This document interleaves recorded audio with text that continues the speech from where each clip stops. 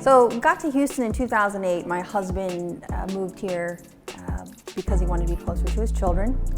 It's been a great community. It's a very diverse city. In fact, it's the most diverse city in the U.S. Great food, unfortunately, and fortunately, and a lot of activities to do and a lot of great people.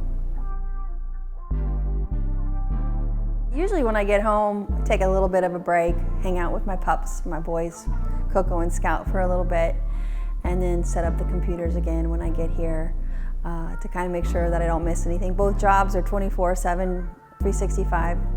Typically I always have 3 phones with me, my Army phone, my civilian phone, and my civilian job phone, and yeah, stay connected that way. So how do you not go insane with all this work that you do? You know, we work out a lot to stay sane. I'm actually training for the Houston Marathon right now, turning 50 next year. Oh, I think that's an easy way to relieve stress, is to get out there and get your sweat on. This is the park that I love to come to because this is the last place that I had the opportunity to run with my father. 10 years ago, we were training to run the marathon together, and we had done a 10-mile training run, and then the next week he went in and was diagnosed with stage 4 stomach cancer and passed away 4 months later.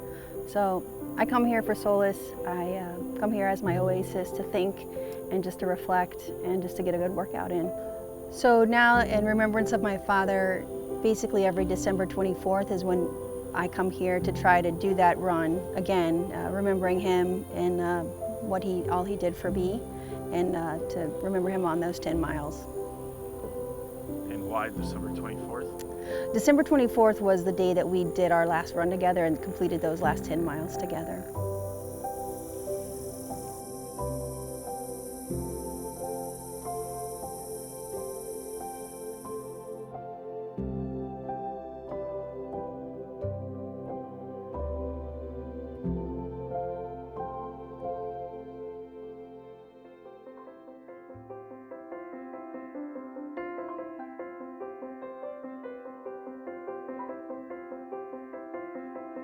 Having a positive workplace experience and culture is very important to me, whether it's here at Technip FMC or in the Army Reserve.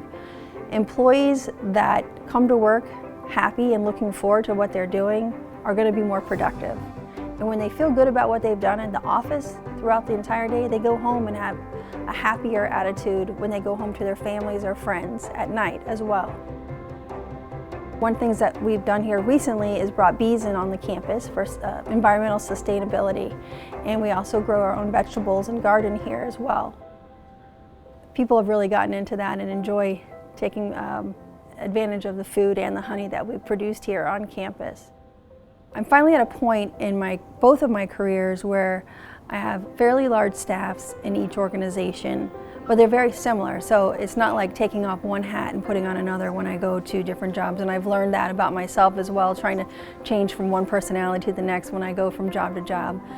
I finally figured out that I can be the same person at both jobs and be very happy about doing it as well, because I want to accomplish the same mission at each job.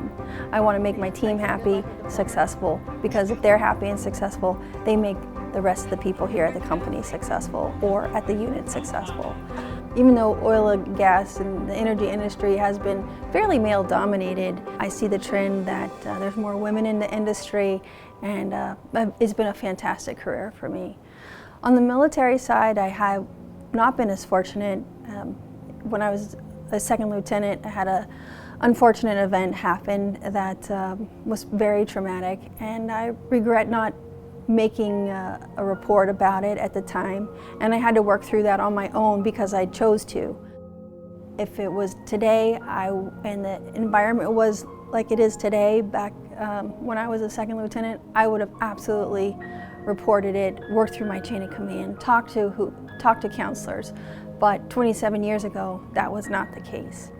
It's important as a woman to make sure that you remember that when someone says something to you that's not appropriate or makes you feel less valuable than you are, you need to know that it's about them. They're the ones that are having a miserable life. I'm always quick to tell people that's not appropriate, and you shouldn't be saying those type of things.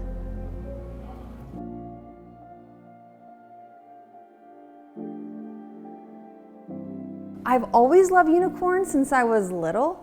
I've had like a unicorn music box when I was little. I did a macrame with unicorns when I was little. I've just been fascinated with them always.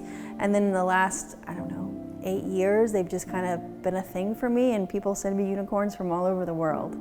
I think they're special. I mean, everybody is a unicorn in their own way. We all have our own unique magic about us, and finding that magic is what is important to me to make people successful.